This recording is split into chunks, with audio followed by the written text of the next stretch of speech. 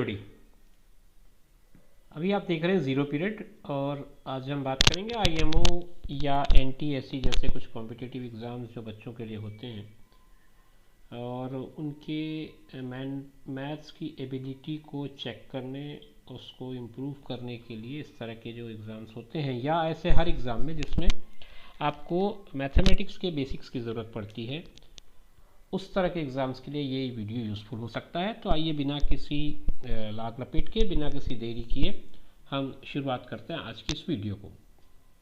इसके पहले IMO preparation के रिगार्डिंग मैंने 2 वीडियो और डाल रखी है, आईएमओ 1 और आईएमओ 2। उसको भी आप चाहें तो जाकर के चैनल पर विजिट करें और देख सकते हैं, उससे भी बेनिफिट ले सकते हैं। आज की इस वीडियो में पहला क्वेश्चन है, if the ratio of interior angles to the exterior angle of a regular polygon is 7:2, then the number of sides of polygon is। देखिए, आपको ये पता है कोई भी एंगल हो, अगर वो इंटीरियर और एक्सटीरियर की बात कर रहा है तो दोनों का सम जो होगा 180 होगा। तो अगर एक इंटीरियर जो इंटीरियर है वो 7 है और एक्सटीरियर 2 है, तो 7 और 2 हो गए 9। तो 9 की जो वैल्यू है वो हो रही है 180। अगर 9 180 है तो एक जो होगा वो 180/9 यानी कि 20 के इक्वल होगा। एक की वैल्यू अगर 20 है तो मैं एक्सटीरियर की वैल्यू इसके बेसिस पे निकाल सकता हूँ। 2 की वैल्यू हो जाएगी 20 × 2 यानी कि 40, तो 40 डिग्री हो जाएगी एक्सटीरियर एंगल की वैल्यू। अब इसके बेसिस पे मैं नंबर ऑफ साइड्स निकालना चाहूँ तो नंबर ऑफ साइड्स जो होगा वो आपका हो जाएगा 360/40।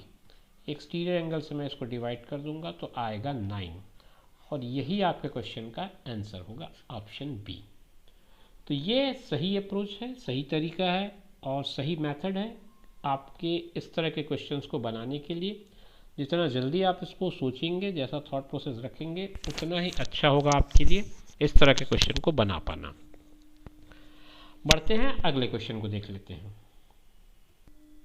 ये एक अच्छा क्वेश्चन है। इस क्वेश्चन को आप देखिए और इसमें क्या क्या इन्फॉर्मेशन आपके पास है उसको देखिए, और उसके बेसिस पे आपको कैसे जो अननोन है उसको निकालना है समझिए। एक रेक्टेंगल है, a rectangle is divided into 4 rectangles as shown, the areas of 3 of the rectangle is given, area of the 4th rectangle is, ये जो 4th रेक्टेंगल ये जो दिया है इसका एरिया आपको निकालना है। चलिए, इसका एरिया निकालने के लिए हम एक काम करते हैं, चारों जो रेक्टेंगल है उनको अलग अलग देख लेते हैं। मान लो इस रेक्टेंगल का साइड x है, एक साइड, और दूसरा साइड y है। इस रेक्टेंगल का भी एक साइड x होगा, दूसरा साइड हमने y की जगह इसको z दे रखा है। अब इसकी बात कर ले तो ये अगर y है तो ये वाला पार्ट y होगा, इस हिसाब से ये y हो गया, और इसको मैंने मान लो k दे दिया। अब ये k है तो ये भी k हो जाएगा, इसलिए ये ऊपर वाला भी k हो जाएगा, और ये हो जाएगा z। तो ये डायग्राम अगर आपके माइंड में क्लियर है तो कुछ चीज़ें अपने आप आपको समझ में आने लगेंगी। जैसे मैं इस रेक्टेंगल की बात करूं तो इसका एक साइड x है, दूसरा साइड y है, इसका मतलब xy इसका एरिया हुआ, और वो 32 गिवन है। दूसरे की बात करूं तो उसका लेंथ जो है वो x है और विड्थ जो है वो z है, तो xz की वैल्यू आपके पास आई 16। 2 रेक्टेंगल का एरिया हमने ले लिया। तीसरा जो है वो z k है, z और k को बना के बन रहा है, तो z इंटू के इज इक्वल टू 6। ये 3 चीज़ें आपके पास आ गई। अब ये 3 चीज़ें आई हैं अगर, तो इन 3 चीज़ों के बेसिस पे आप एक चीज़ समझिए कि आपको क्या करना है और क्या आपके काम का है। आप अगर इनको मल्टीप्लाई करते हैं तीनों को 1 by 1, तो आप क्या पाएंगे, X Y into X Z into Z K is equal to 32 into 16 into 6। ये आपका सिंपल सा मल्टीप्लिकेशन होगा। आपको क्या निकालना है ये समझिए। आपको निकालना है y के, ये वाला पार्ट अननोन है, ये हमको निकालना है, क्योंकि रेक्टेंगल का एरिया लेंथ इनटू ब्रेड्थ होता है। मुझे ये बात शुरू में आपको बतानी थी, लेकिन मैं उम्मीद करता हूँ कि आपको सबको ये बात पता होगी, इसलिए इस लेवल की तैयारी में अगर मैं आपको रेक्टेंगल का फार्मूला बताऊं तो ये ठीक नहीं होगा। तो रेक्टेंगल का एरिया लेंथ इंटू ब्रेड्थ होता है, तो जो अननोन रेक्टेंगल है उसका एरिया जो हो जाएगा y इंटू के होगा। अब मैं यहाँ से इस y को अलग कर लूँ और यहाँ से इस k को अलग कर लूँ, तो मेरे पास क्या रह जाएगा, यहाँ पे x रह जाएगा, यहाँ z रह जाएगा। एक्स जेड ऑलरेडी है, एक और एक्स जेड तैयार हो जाएगा और y के को मैं अलग कर दिया हूँ। अब मेरे पास ये इस तरह का एक्सप्रेशन बन गया। एक्स जेड और एक्स जेड मिला करके हो जाएंगे एक्स जेड का स्क्वायर, ये होगा 32, ये हो जाएगा 16 और ये 6। अभी इसको और छोटा कर सकता था लेकिन मुझे वो बात ध्यान में नहीं रही। एक्स जेड का स्क्वायर मतलब इसको आप लिखेंगे 16 into 16 is equal to 32 into 16 into 6। आप एक 16 को यहीं से काट सकते हैं, 16 से इसको काट सकते हैं, इसका y के मैंने छोड़ दिया था, यहाँ y के भी तो लिखना पड़ेगा। और यहाँ से 16 से इसको काट सकते हैं 2, तो ये आपका आ जाएगा 6 और 2 12, 6 दूनी 12 मतलब, तो yk की वैल्यू आ जाएगी 12। तो आप देखिए ऑप्शन बी में 12 दिया हुआ है, यही आपके क्वेश्चन का करेक्ट ऑप्शन होगा। मेरा ख्याल है क्वेश्चन क्लियर हो गया होगा, ज़्यादा इसमें परेशानी की बात नहीं थी। एक रेक्टेंगल ये था, एक दूसरा ये है, तीसरा ये है, चौथा ये, चारों रेक्टेंगल को आपने अलग अलग ले लिया और फिर उसके बाद इसको सॉल्व कर दिया। इस क्वेश्चन को देखते हैं। इस क्वेश्चन परसेंटेज पे बेस्ड है, बहुत सिंपल सा क्वेश्चन है, कोई ज़्यादा इसमें आपको परेशानी नहीं होगी बनाते समय। 120% of Nisha's weight equal to 75% of Riya's weight. The ratio of Nisha's weight to Riya's weight is 120% of Nisha is equal to 75% of Riya. 120% का मतलब हुआ 120/100। ये देखो अभी मैं कैलकुलेशन सब दिखा रहा हूँ आपको, लेकिन ये सब करने की ज़रूरत नहीं पड़ेगी। अगर आपने कॉन्सेप्ट सही समझ लिया तो आप देख लीजिए, जब परसेंट की वो बात कर रहा है तो ये 100 तो वैसे ही कैंसिल हो जाता है, और इसको आप 25 से कैंसिल कर सकते हैं क्या? नहीं हो सकता, 15 से कैंसिल हो जाएगा। 15 से कैंसिल कर दिया मैंने, 15 5 जा और ये हो जाएगा 15 8 जा। ठीक है, अब मुझे क्या करना है ये समझना पड़ेगा। मुझे जो चाहिए वो है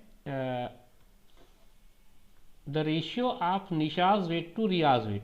तो निशा पहले फिर रिया, तो निशा बटा रिया मतलब निशा अपान रिया करना है मुझे। तो आर को उधर ट्रांसपोज करूंगा, 8 को इधर ट्रांसपोज करूंगा, तो 5/8। तो मेरा आंसर जो बन रहा है वो 5:8 का बन रहा है। आप इसको 5:8 लिख करके या 5/8 लिख करके अपना काम पूरा कर सकते हैं। 5/8 आपका पहला ऑप्शन दिया हुआ है। ठीक है, एवरेज पे बेस्ड ये क्वेश्चन है, और एवरेज सबसे इंपॉर्टेंट पार्ट होता है किसी भी तरह के एग्जाम के लिए। आप कोई भी एग्जाम अपेयर कर रहे हो, आपका एवरेज वाला टॉपिक जो है बहुत स्ट्रांग होना चाहिए, क्योंकि एवरेज पे बेस्ड क्वेश्चन अलग अलग तरीके से आपके पास आते हैं। कभी किसी क्वेश्चन में वो पार्ट बन के आते हैं, तो कभी अपने आप पे पूरा वो एवरेज पे ही बेस्ड क्वेश्चन होते हैं। जैसे बोल रहा है average age of 12 children, 12 children है, उनका एवरेज 20 ईयर्स है। मतलब सबका सम अगर देखूँ मैं, सारे बच्चों के एज का सम देखूं तो 240 है। एक नया बच्चा आया, if the age of one more child is added, मतलब एक नया बच्चे को इसमें जोड़ दें तो द एवरेज डिक्रीज बाय 1। तो बच्चा आपका जुड़ गया, 12 से 13 हो गया, लेकिन एवरेज जो है वो 19 हो गया। ठीक है, अब क्या हो रहा है कि ये बच्चे तो बढ़ गए, 12 से 13 हो गए, लेकिन जो एवरेज है वो हो गया 19 का। मतलब एवरेज एक कम हो गया ना, एक 1 लेस बोला ना, डिक्रीज बाय 1।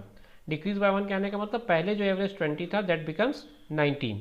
अब आप इसको मल्टीप्लाई करेंगे, तो इसको मल्टीप्लाई करेंगे तो 19 और 13 10 यानी 190 और 13 2 19 57 247 247 इसका आएगा। आप देख सकते हैं दोनों के बीच में डिफरेंस कितने का है, 7 ईयर्स का है। तो यही उस बच्चे की एज होगी जो एक्स्ट्रा बच्चा आपने ऐड किया है। तो आप ऑप्शन बी में चले जाएं, बी ऑप्शन जो है वो 7 ईयर्स दिया है, वही आपका करेक्ट ऑप्शन होगा। एक और क्वेश्चन देख लेते हैं। ये क्वेश्चन भी कुछ वैसा ही है, रेशियो भी है इसमें, और इसमें आपका पेरीमीटर या उसका फार्मूला भी लग रहा है, शायद कहीं डायगोनल का फार्मूला लग रहा है। देखते हैं क्वेश्चन क्या कहता है। Adjacent side of rectangle are in the ratio 5:12, then what will be the ratio between smaller side and diagonal of this rectangle? एक रेक्टेंगल है, इस तरह का रेक्टेंगल मान लेते हैं हम। इसके जो साइड्स हैं उनका रेशियो 5:12 है। यहाँ ये 5 है और ये 12 है। आपको बताना है what will be the ratio between smaller side and diagonal. तो आपको पहले ये डायगोनल पता होना चाहिए ना, डायगोनल पता होगा तब आप रेशियो निकाल पाएंगे। ये 5 और 3 के रेशियो में इसको 5 के 13 के 12 के जो भी कुछ लेंगे वो रेशियो में लेंगे। मैं भी इसको 5 और 12 ही लेता हूँ अगर, तो पाइथागोरस के हिसाब से ये 12 का स्क्वायर होगा और ये 5 का स्क्वायर होगा, जो डायगोनल बनेगा वो। तो 12 का स्क्वायर 144, 5 का स्क्वायर 100 खाली 25, 169 हो जाएगा। तो डी की जो वैल्यू आएगी, ये डी स्क्वायर की वैल्यू होगी, डी की जो वैल्यू आएगी वो 13 आएगी, मतलब 13K मान लूँगा इसको मैं। तो अब मुझे रेशियो पूछ रहा है स्मॉलर और डायगोनल का, तो स्मॉलर 5 है, डायगोनल 13 है, 5 13 आपका करेक्ट आंसर होगा, ऑप्शन बी में दिया हुआ है। अगर बिगर साइड के साथ देता तो 12 13 हो जाता। तो क्वेश्चन को आपको पढ़ना है, पढ़ के समझना है, समझ के उसको उसके अकॉर्डिंगली सॉल्व करना है। ये आज का वीडियो का आखिरी क्वेश्चन था। उम्मीद करता हूँ ये वीडियो आपको पसंद आया होगा। आगे फिर नेक्स्ट वीडियो में हम कुछ और प्रिपरेशन के साथ मिलेंगे, तब तक के लिए टेक केयर, बाय बाय।